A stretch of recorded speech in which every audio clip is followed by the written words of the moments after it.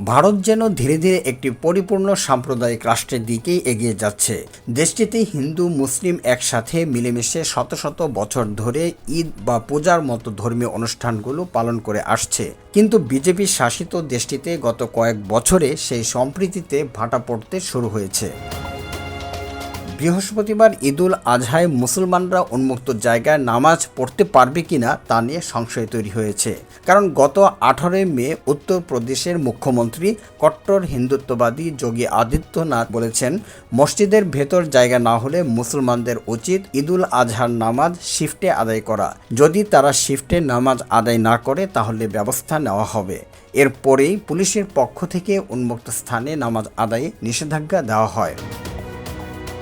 আল জাজিরার খবরে বলা হয়, গত সপ্তাহে বিজেপির সঙ্গে যুক্ত ভারতের শীর্ষস্থানীয় উগ্র হিন্দুত্ববাদী সংগঠন বিশ্ব হিন্দু পরিষদ রাস্তাঘাটে নামাজ আদায়ের ওপর দেশব্যাপী সম্পূর্ণ নিষেধাজ্ঞার দাবি জানায়। রাস্তা বা খোলা জায়গায় নামাজ আদায় মুসলিম সম্প্রদায়ের শক্তি প্রদর্শন বলে মনে করে তারা। তবে মুসলমানদের যুক্তি হলো, উন্মুক্ত স্থানে নামাজ আদায়ের ওপর এই কড়াকড়ি বাস্তবতাকে উপেক্ষা করা হচ্ছে। অনেক মসজিদ এবং ঈদের নামাজের জন্য নির্ধারিত মাঠে জায়গা হচ্ছে না। বিশেষ করে ঘনবসতিপূর্ণ শহর এলাকায় শুক্রবারের বড় জামাত বা ঈদের সময় স্থান সংকুলান হয় না বলেই এই জামাত করা হয়।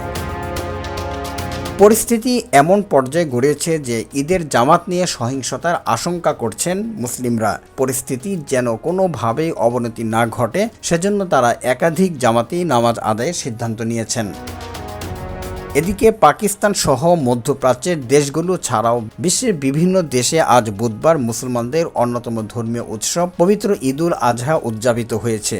এশিয়া থেকে মধ্যপ্রাচ্য, ইউরোপ ও আফ্রিকা পর্যন্ত বিভিন্ন দেশের মসজিদ ও খোলা ময়দানে মুসল্লিদের ভিড় দেখা গেছে। সেখানে তারা ঈদের নামাজ আদায় করেন এবং একে অপরের সঙ্গে শুভেচ্ছা বিনিময় করেন। এরপর অনেকে পশু কোরবানি দেন। এদিকে গাজা উপত্যকায় হামলা অব্যাহত রেখেছে ইসরায়েলি সামরিক বাহিনী।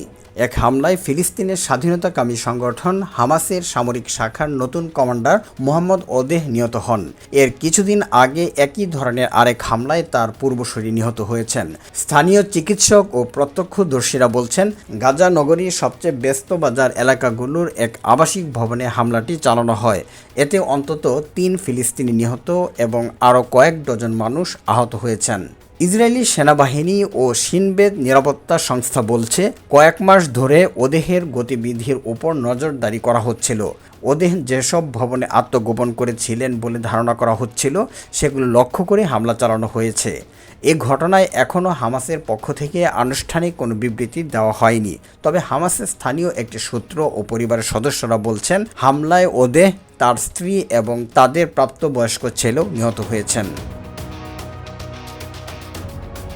এদিকে লেবাননের দক্ষিণ ও পূর্বাঞ্চলের বিভিন্ন এলাকায় ইসরায়েলের বড় ধরনের বিমান হামলায় 31 জন নিহত হয়েছেন।